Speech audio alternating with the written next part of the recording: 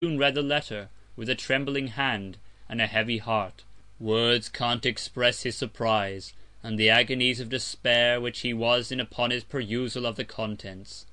"Fly," said she, "dear Zadig, this very moment, for your life's in the utmost danger. Fly, dear Zadig, I conjure you, in the name of that fatal passion, with which I have long struggled, and which I now venture to discover, as I am to make atonement for it, in a few moments, by the loss of my life. Though I am conscious to myself of my innocence, I find I am to feel the weight of my husband's resentment, and die the death of a traitor." Zadig was scarce able to speak.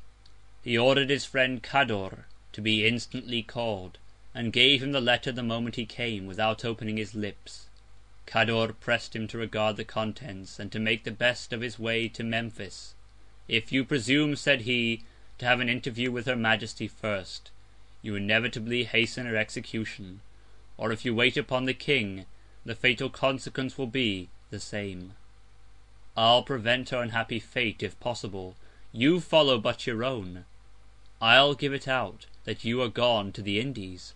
I'll wait on you as soon as the hurricane is blown over, and I'll let you know all that occurs material in Babylon." Cador that instant ordered 2 of the fleetest dromedaries that could be got to be in readiness at a private back door belonging to the court. He helped Zadig to mount his beast, though ready to drop into the earth. He had but one trusty servant to attend him, and Cador, overwhelmed with grief, soon lost sight of his dearly beloved friend.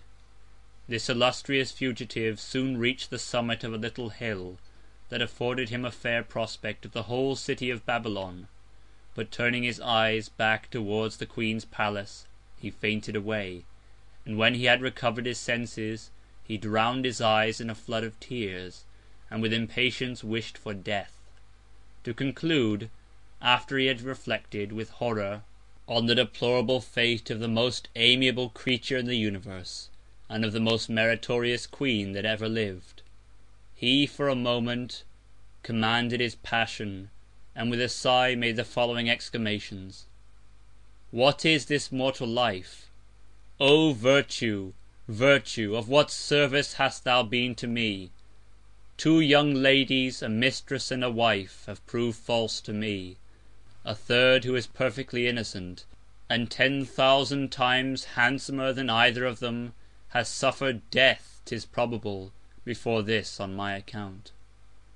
All the acts of benevolence which I have shown have been the foundation of my sorrows, and I have been only raised to the highest spoke of fortune's wheel for no other purpose than to be tumbled down with the greater force. Had I been as abandoned as some miscreants are, I had like them been happy." His head thus overwhelmed with these melancholy reflections, his eyes thus sunk in his head, and his meagre cheeks all pale and languid, and, in a word, his very soul thus plunged in the abyss of deep despair, he pursued his journey towards Egypt. Chapter 7